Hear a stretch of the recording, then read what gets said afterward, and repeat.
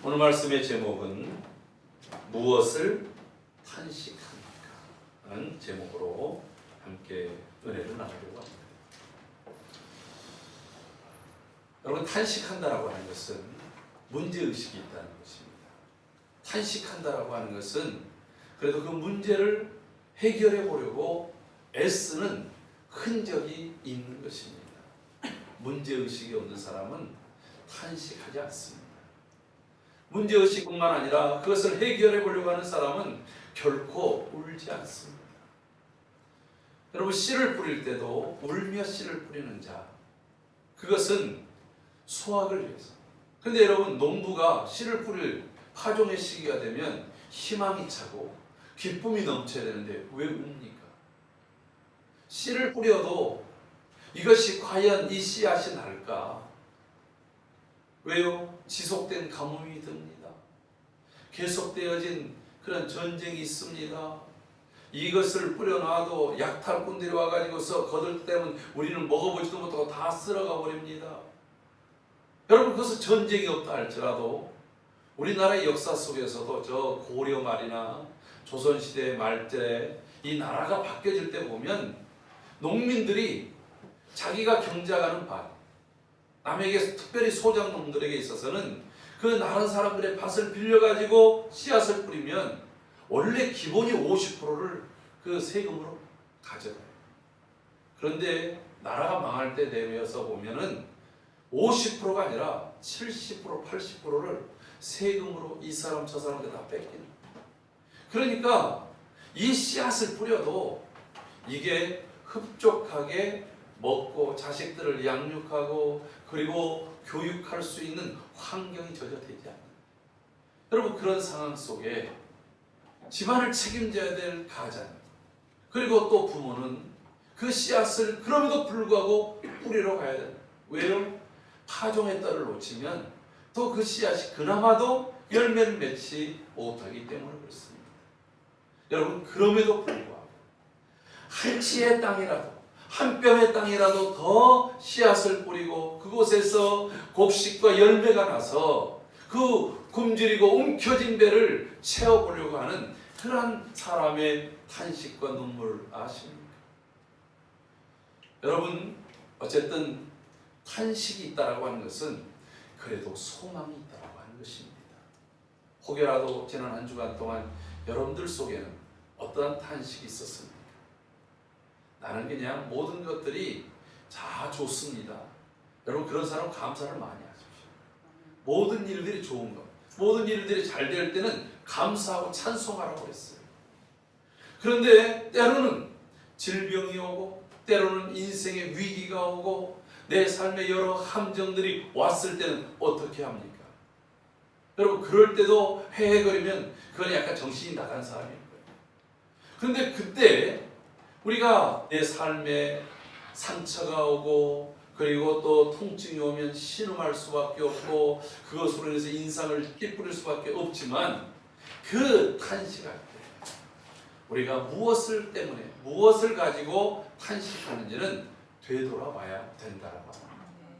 여러분, 실제로 우리가 뭔가를 해야 되는데 돈이 없어요.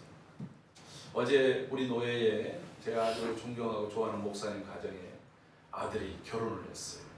인천에서 결혼했는데 인천에 아주 역사가 깊은 교회, 계산중앙교회라는 교회에서 결혼식을 하는데 너무 부럽더라고요. 부러운 이유가 오랜만에 교회에서 결혼식 하는 걸 봤기 때문에 그래요. 그리고 그 오랜만에 그 교회도 이들의 결혼식이 굉장히 코로나 이후 처음으로 하는 결혼식이에요. 그러니까 온 교회가 정성을 다해서 이제 결혼식을 준비한 거예요. 이제 그 결혼식을 하는 혼주되는 목사님이 그 교회 담임은 아니고 이제 그곳의 며느리가 그 교회를 다녀서 그곳에 사는데, 교회가 우리나라 1905년도에 세워졌으니까 얼마나 역사가 오래됐겠어요. 그리고 또 인천에서 몇 손가락 안에 드는 큰 규모의 교회에서 했어요. 그런데 사실 이 목사님이 아들 6월달에 결혼을 시키고 8월달에 이제 결혼을 또 시켜야 되는데 실제로는 나는 가진 게 없어. 그러니 결혼 전부터 하나님 제가 가진 게 이렇게 없는데 어떻게 이거 결혼을 시킬까요? 걱정거리가 얼마나 많아요. 저도 우리 홍 집사님 통해서 들어보니까 집 하나 얻는데도 이게 뭐 수억이 들고 또 결혼식 준비해야지. 그러니 결혼을 앞둔 우리 또 젊은이들이 얼마나 고민이 크겠어요. 여러분들 기도해 주시고 격려해 주시고 그리고 또 하나님께서 더 힘 주시도록 응원해 주시기를 바랍니다. 우리 교회 모든 청년들을 위해서 빨리빨리 짝들을 찾아가지고서 정말 곳곳마다 하나님의 은혜로 하나님의 복된 가정들이 세워져야 되지 않겠습니까? 네, 아멘. 크게 하는 대로 이루어질 줄 믿습니다. 제가 어제 그 결혼식에 기도를 맡아서 기도를 간절히 하는데 사실 그 청년들이 한 40일 전에 인사처자를 찾아왔어요. 그래가지고 청첩장을 다 이제 먼저 줄 때 그때부터 제가 매일 제 책상 앞에다가 그 청첩장을 붙여놓고 매일 이름을 부르면서 유리수도 아닌 정수, 연주 이 두 사람을 위해서 기도를 하다가 또 가가지고 이제 결혼식 기도를 하는데 제 안에는 아주 뜨거운 감동이 있더라고요. 남들은 알지 모를지 모르지만 여러분 제가 우리 교회 모든 청년들을 향한 그 기도를 우리 교회에서 더 하고 있어요. 그런 은혜가 있기를 바랍니다. 여러분 근데 그때 제일 중요한 게 뭐예요?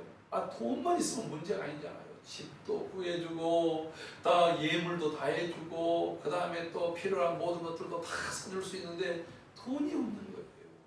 그래서 탄식하는 사람들이 얼마나 많습니까? 그런데 이런 말이 있어요. 돈을 잃으셨습니까? 탄식하는 사람에게 조금 잃은 거예요.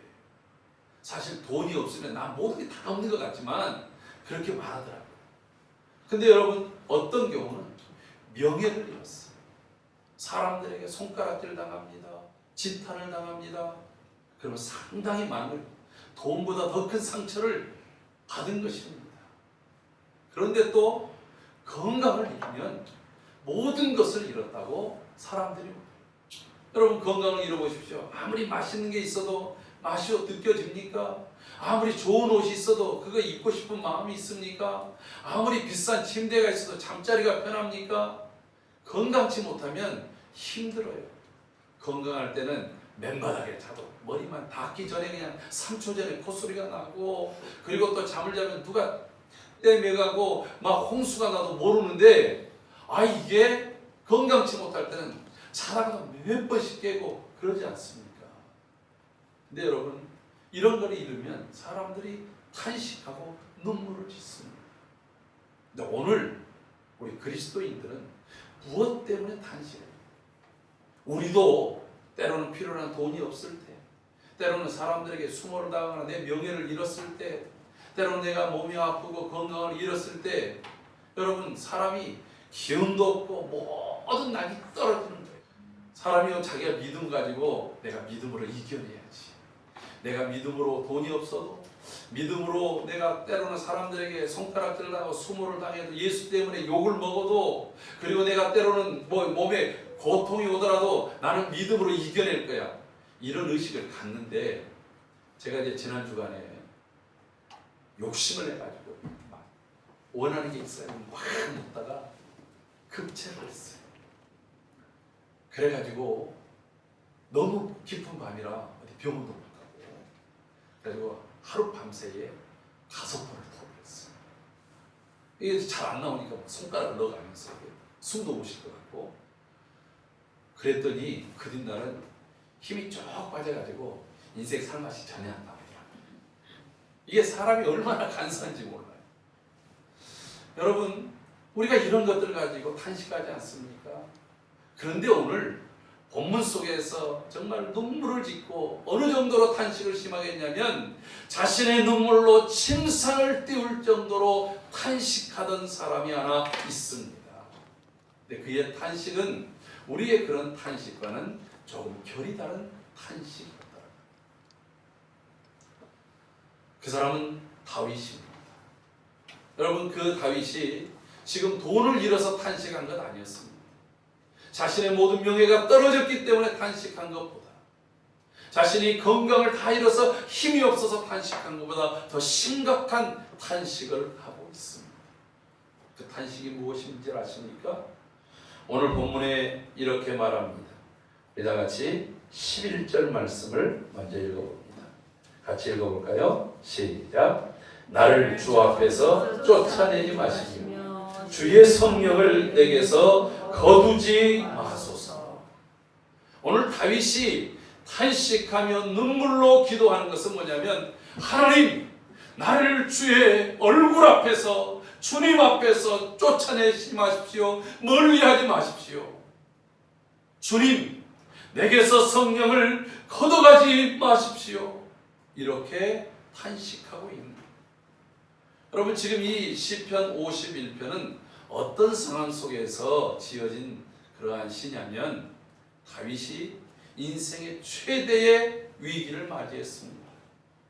사울왕에게 쫓기기 때문이 아니었습니다. 골리앗과 같은 큰 장수를 만났기 때문이 아니었습니다. 훗날에 있을 자신이 낳은 아들 압살롬의 반역에 의해서 야반 도주할 정도로 급하게 도망가는 위기가 있었기 때문이 아니었습니다.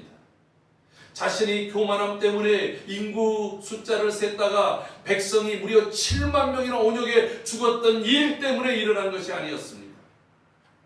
사실은 남 모르게 했던 일이었어요. 어느 날 자신이 낮잠을 자고 그리고 왕궁 옥상을 이렇게 거니는데 자신의 눈에 이렇게 비춰지는 곳에 한 집안에 어떤 여인이 목욕을 하는데 그 자태가 너무 아름다워. 그래가지고 이 다윗이 도대체 저 여인이 누구냐? 그래가지고서 물어봤더니 자신의 30인의 용사에 해당되는 우리야 장군의 아내라는 거예요. 그러면 왕이 저런 남들이 볼 수 있게끔 남사스럽게 문을 닫고서 앞으로는 하라고 해라 이렇게 하든지, 못 볼 걸 보았냐고서 들어가면 되는데, 이게 사람이, 남자들이라는 게 또 그렇지 않잖아요. 희한하게 안 봐요 하면서 보는 게 사람이잖아요. 근데 자꾸 거기에 관심이 가가지고 그 여인을 또 들라 했더니, 이미 마음속에 그 여인에 대한 이 정욕이 일었든지 여인을 보자마자 그 여인과 관계를 맺었어요. 그리고 얼마 지나지 않았는데 이 여인이 왕궁에다가 소식을 전해왔는데 임신을 했다는 거예요. 여러분, 이 시기가, 그러니까 벌써 그러면 최소 자신이 가임 기간을 알 정도 되면 몇 개월이 됐다는 거 아니겠어요? 근데 이때 우리아는 지금 암몬이 일으킨 전쟁, 암몬과 아람이 연합해서 일으킨 전쟁에 그 참전하기 위해서 전쟁터에 나가서 있는 거예요. 그러니까 남편이 전쟁터에 가 있는데 이 우리아의 아내 밧세바가 자신을 더 관리하고 자신을 더 조숙하게 있어야 되는데 그 문을 열어놓고 목욕을 하다가 임금님의 눈에 띄어서 임금님과 관계를 하고, 그리고 그 사이에서 임신을 하게 돼요. 여러분, 이 사실을 듣자마자 여러분, 첫 번째 이렇게 한 것도 다윗이 하나님 앞에 회개하고 내가 잘못했다라고 이걸 바꿔야 되는데, 이런 일이 벌어지니까 다윗이 이것을 무마하기 위해서 전장에 나가 있는 우리아를 갑자기 부른 거예요. 그래가지고 여러 음식들을 챙겨서 그 집에 들어서 하루 특별 휴가를 준 거예요. 이유도 없이. 우리아가 특별 휴가를 받아야 될 이유, 특별하게 우리아를 불러가지고 문책해야 될 일도 없이 그렇게 부른 거예요. 근데 이 우리아가 너무 충성스러워서 자기 집으로 돌아가지 않고 그 성문 문가에서 거기서 보초 쓰는 병사들하고 더불어서 같이 밤을 지새고 있는 거예요. 그것을 또 보고를 합니다. 우리아가 집에 안 들어가고 그 성문에서 병사들과 같이 밤을 지샜습니다. 그래서 다윗이 불렀어요. 네가 왜 집에 가지 않았느냐? 아니, 여호와의 궤가 전쟁터에 있고 요압 대장군을 비롯해서 모든 장수들 전쟁터인데 어떻게 저만 편하게 집에 가서 아내와 더불어 잠을 잘 수 있겠습니까? 사람이 너무 충성스러워도 문제예요. 그러니까 다윗이 자신이 할 말이 없잖아요. 이렇게 충성스러운 그 우리 앞에 그런 무릎을 꿇을 때, 왕이라도 내가 이런 잘못을 했다, 내가 어떻게 했으면 좋겠냐, 이러지를 않고 그에게 편지를 써줍니다. 근데 그 편지의 내용이 어떤 내용이냐면, 우리아가 도착하면 전쟁을 할 때 가장 전쟁이 심한 맨 앞장선 곳에다가 넣어놓고 다른 사람들은 빠지라고. 그거 무슨 말이에요? 거기서 죽으라는 말이에요. 그러니까 요압이 딱 눈치가 빠른 사람이라 이 편지를 보는 순간 이걸 아는 거예요. 근데 여러분, 우리아는 자신을 죽이라는 편지를 손수 들고 또 요압에게 찾아갑니다. 그리고서 실제로 우리아가 죽습니다. 이렇게 되어지자 하나님께서 나단 선지자를 통해서 다윗에게 찾아가서 이것을 호되게 책망합니다. 여러분, 다윗은 우리아가 죽자 밧세바를 자기의 궁으로 들여서 자기의 후궁으로 삼았습니다. 완벽하게 모든 것들이 다 끝난 줄 알았습니다. 근데 여러분, 다윗이 이것을 완벽하게 아무도 모르게 한 것 같습니까? 최소한 왕이 저 여인이 누구냐 물어봤던 사람이 있을 것이고, 또 저 여인을 데려오라고 말했던 사람이 있을 것이고, 우리아에게 또 편지를 보내서 오라고 한 사람도 있을 것이고, 그 왕궁에서 그 집에 음식을 갖다 준 사람들도 있을 것이고, 우리아에게 또 저 바깥에서 자고 있는 것을 알려주는 사람들 얼마나 많습니까? 그러니까 많은 사람들이 사실 쉬쉬거리고 있지만 그걸 알고 있다. 근데 나단이 찾아가서 다윗에게 호되게 책망합니다. 이 일로 당신의 집안에 피비린내 나는 일들이 들끓게 될 것이다. 여러분, 왕이 자신이 몰래 한 그 일로 인해서, 한 번의 사건으로 인해서 이것이 일파만파 자신의 충성스러운 그 장군을 불러서 완전 범죄를 꿈꾸려 했다가 그게 안 되니까 결국은 이를 암살하는 일까지 벌어진 거 아니겠어요? 그리고 이게 지금 만천하에 드러난 거예요. 그 궁정에서 나단이 조용조용 귓속말로 얘기했겠습니까?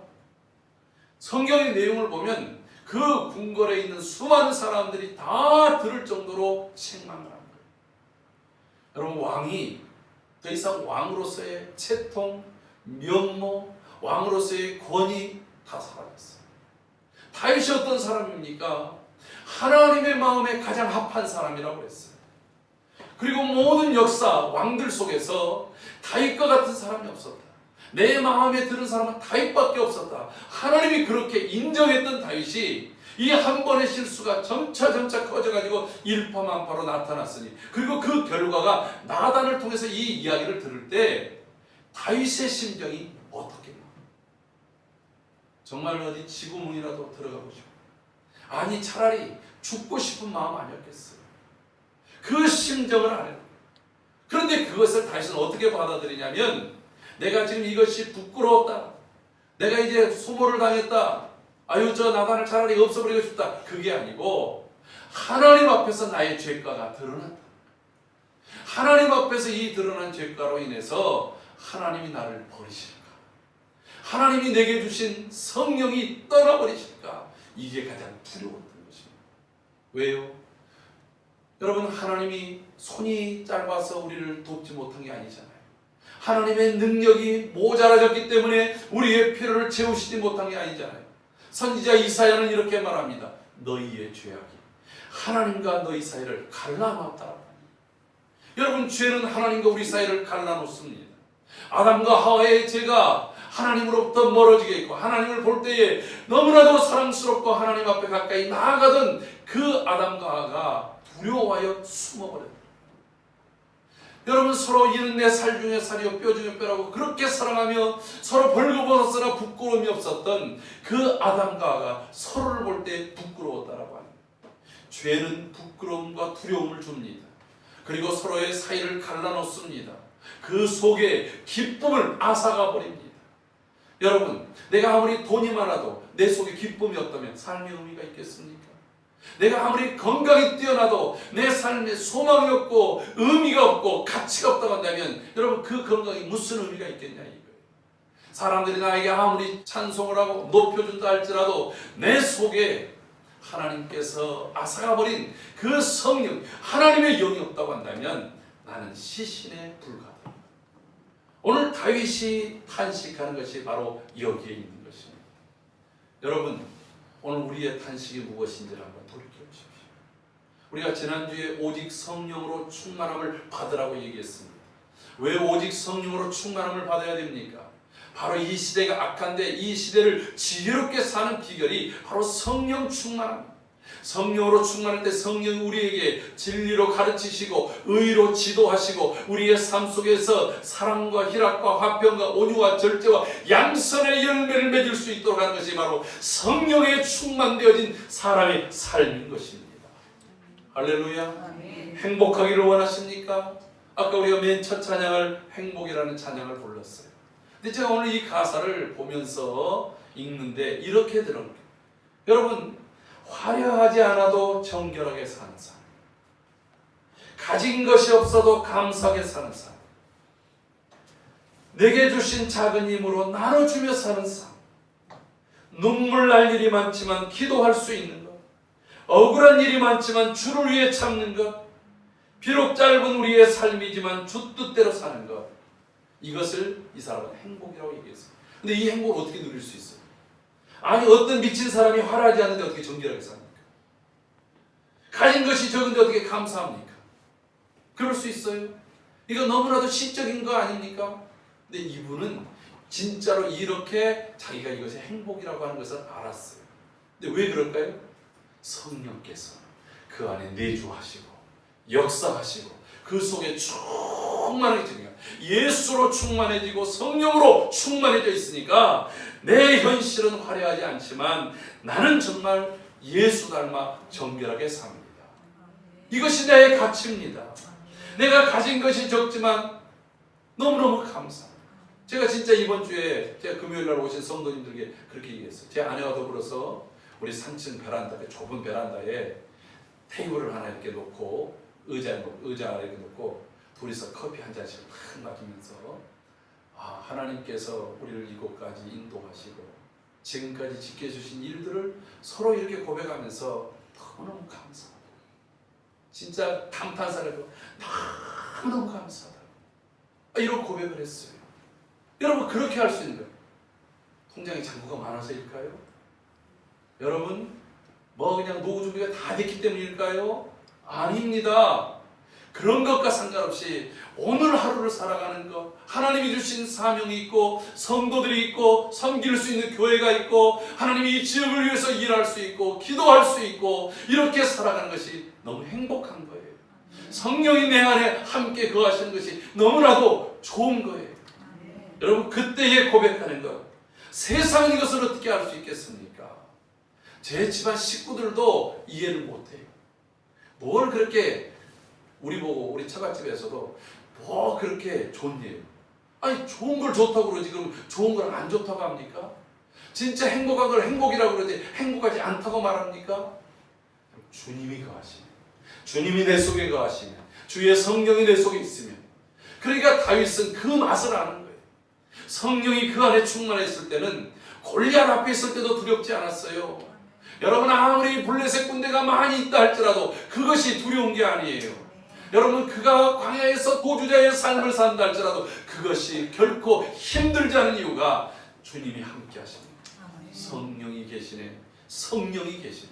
여러분, 그래서 성령을 구해야 되는 거예요. 오히려 성령이 내게서 떠나갈까봐 그것을 탄식하며 눈물로 간구하는 그러한 성도들이 되어야 될 줄로 믿습니다.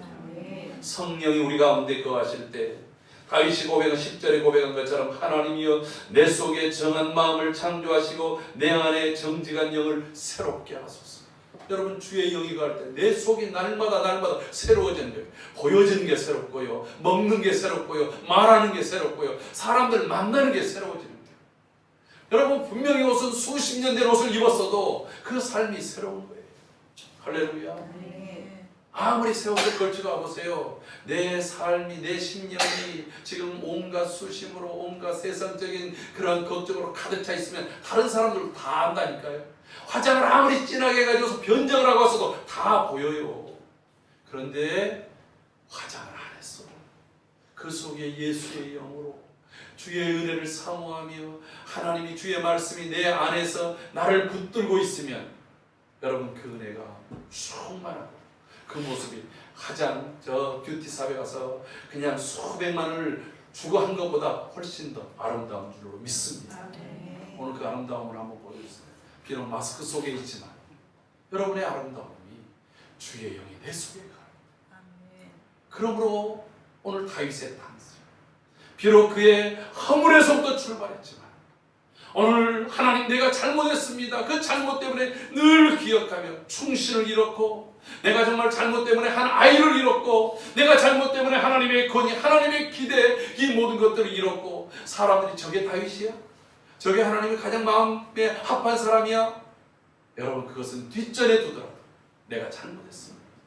다른 모든 사람들 앞에서 심상을 띄우며 눈물을 흘릴지라도 그가 정말로 눈물을 흘렸던 것은 부끄럼 때문입니다. 주의 성령을 거두지 마옵소서. 그 성령이 거두어 가버립니다. 주님이 내에게서 얼굴을 돌이켜버리실까봐 그것에 대한 탄식을 하고 있었다고. 그 탄식 앞에 주님이 얼굴을 그에게 돌려주신 줄로 믿습니다. 그 탄식 앞에 다시 성령께서 그의 마음 가운데에 임재하셔서 그의 모든 것들이 회개와 찬송과 믿음의 고백으로 나타난 줄로 믿습니다. 우리 14절 같이 읽어보도록 합니다. 하나님이여, 나의 구원의 하나님이여, 피 흘린 죄에서 나를 건지소서. 내 혀가 주의 의를 높이 노래하리라. 15절 읽습니다. 주여, 내 입술을 열어주소서. 내 입술이 주를 찬송하여 전파하리이다. 아멘. 그 다음에 보면 그는 그 상한 심령, 그 통곡하는 심정으로 하나님께 제사했더니 하나님이 그걸 받으신 거예요. 그가 드린 엄청난 제물을 받으신 것이 아니라 전체의 기름과 그 만만의 강수 같은 그러한 수양의 기름을 받으신 것이 아니라 그가 통곡하며 회개하며 주의 성령을 간구하는 그의 마음을 주님이 받으시고 그 제사를 받으시고 그를 회복시켜 주신 줄로 믿습니다. 그래서 역사가들이 이렇게 기록합니다. 다윗은 하나님 앞에서 햇사람 우리아의 일을 예언, 그가 평생 하나님 앞에서 공과 의를 행한 하나님의 마음에 합한 사람으로 살았다. 여러분, 때로는 우리가 실수가 있고, 때로는 우리가 허물이 있고, 때로는 우리가 잃을 것들이 여러 가지 나타날 수 있습니다.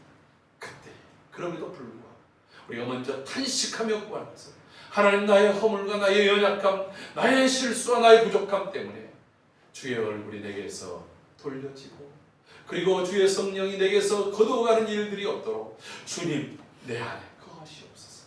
다시 내 안에서 충만케 하여 주옵소서. 내가 하나님으로 새롭게 하여 주옵소서. 그래서 성령으로 충만한 삶, 성령으로 회복되어진 삶을 살아갈 때 하나님이 주시는 기쁨과 평강과 그리고 성령의 놀라운 열매들이 우리 안에서 다시금 풍성하게 맺어질 줄로 믿습니다. 그런 삶이 우리 모든 성도들의 삶 속에서 충만하기를 주의 이름으로 축원합니다.